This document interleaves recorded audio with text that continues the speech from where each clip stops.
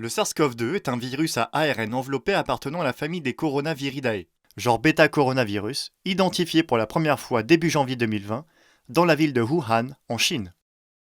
Chez l'homme, 6 espèces de coronavirus étaient jusqu'alors connues. 4 saisonniers, responsables d'infections bénignes, 2 autres émergeant à pathogénicité accrue, le SRAS-CoV avec une létalité de 10%, épidémie en 2003, et le MERS-CoV avec une létalité de 37%, l'endémo épidémique dans la péninsule arabique depuis 2012.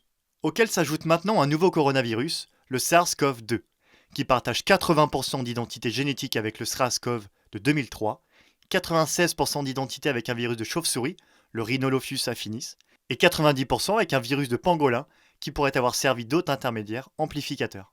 Le virus se transmet via les gouttelettes respiratoires projetées en toussant ou en éternuant, et par extension par manuportage, par l'intermédiaire de surfaces souillées. Sa contagiosité est importante avec un taux de reproduction entre 2 et 3. Un patient infecté peut contaminer 2 ou 3 autres personnes, et un temps de doublement de l'épidémie d'environ 7 jours. Le virus est donc rapidement répandu en Chine continentale, aux pays d'Asie, Corée du Sud, Japon, Singapour, puis d'autres, et en Europe. Une diffusion favorisée par les voyages intercontinentaux en avion. L'incubation de la maladie appelée Covid-19 est en moyenne de 5 jours et un maximum de 14 jours. Les principaux signes cliniques correspondent à un syndrome grippal avec une infection respiratoire haute, ce qui facilite sa transmission, ou respiratoire basse. Dans plus de 80% des cas, l'infection est bénigne, les formes nécessitant les recours à la réanimation étant rares, environ 5%. Le diagnostic nécessite la réalisation de prélèvements nasopharyngés par écouvillonnage par un personnel soignant entraîné et protégé.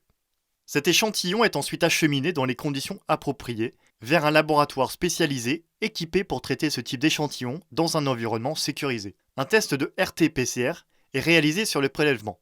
Le résultat intervient en 2 à 3 heures après réception de l'échantillon au laboratoire. Le résultat est rendu au médecin puis au patient. Le virus est sensible en laboratoire, in vitro, à certains inhibiteurs comme le remdesivir ou la chloroquine. L'efficacité clinique de ces molécules et d'autres, comme le lopinavir, ritonavir, Kaletra, dans le traitement du Covid-19 est actuellement en cours d'évaluation. Un vaccin ne pourra pas être disponible avant plusieurs mois.